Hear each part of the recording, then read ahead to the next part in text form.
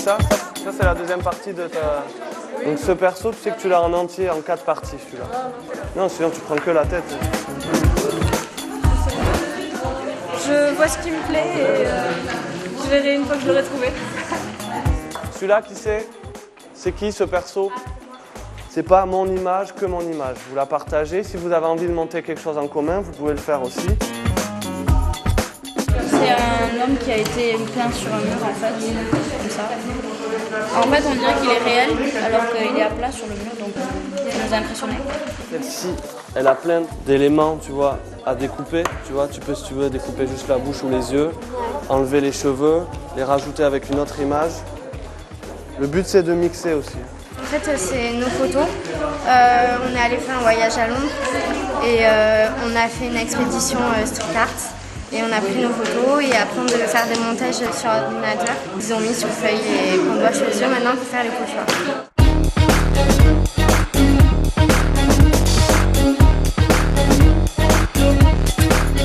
Les tags, c'est pas du vandalisme, c'est quelque chose de plus dans l'art. Toutes les formes d'art, tout peut être art en fait. Un arbre ça peut être de l'art, donc franchement un graffiti sur le mur, pour moi c'est de l'art. Il y a des gens qui pensent que c'est moche et moi j'aime bien. C'est beau, quelqu'un qui exprime le fait qu'il a besoin d'être là. Non franchement pour moi ça fait partie de la ville, c'est une sorte de culture quoi. Tu peux juste faire les bandes peut-être. Et le pastel sec, tu as vu, t'étales tout au doigt. Hein. Tu mets juste un petit peu et t'étales au doigt. Tu as d'autres couleurs. Ça va mettre du volume, tu vois, on va voir un motif apparaître dans la chemise alors qu'elle est noire et blanc. Les techniques sont liées au street art, c'est les techniques d'assemblage des images. Donc on parle d'un puzzle où on va découper un personnage en plusieurs vignettes et le recomposer. Et on va encore les retoucher au pinceau et avec les techniques du street art, le pochoir, le pochka, la peinture acrylique. Le but, c'est qu'ils détournent toutes ces techniques pour faire un sort d'apprentissage. Et pour finir, l'affichage terminal dans la rue. Donc ils découvrent tout le panel d'un street artiste. Je ne sais pas où la mettre, donc... En fait, j'ai complètement dégradé l'image que j'ai faite.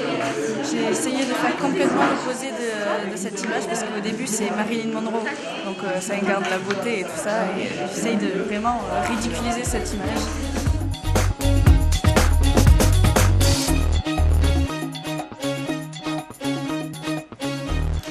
C'est bien parce qu'on peut s'exprimer comme on veut et parce qu'on veut. Je trouve ça bien. Non, je vais marquer Deldog parce que je m'appelle Delphine Dogarey, donc début de mon prénom et début de mon nom. Ils ont des super idées. Et comme c'est eux qui ont pris les images, ils sont encore plus contents de les voir finir comme elles ont fini. Et je pense que ce sera encore mieux sur les murs.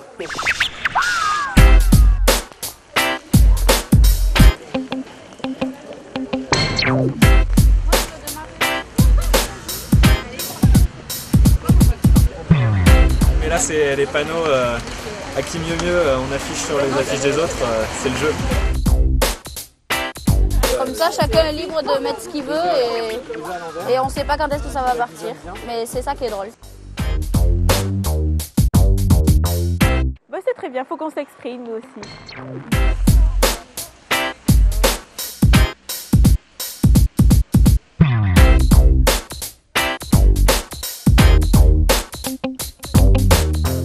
Non, c'est pas moi, j'ai rien fait.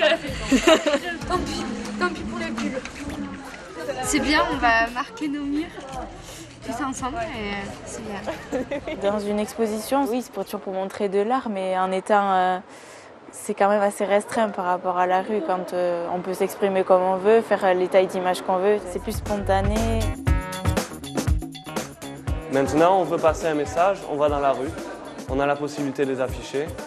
Donc, pour eux qui auront des carrières de créateurs, de créatifs, dans le numérique ou dans d'autres métiers de la publicité, c'est important de découvrir ce genre de médium. L'objectif du street art, c'est de dire qu'on peut aussi passer des messages.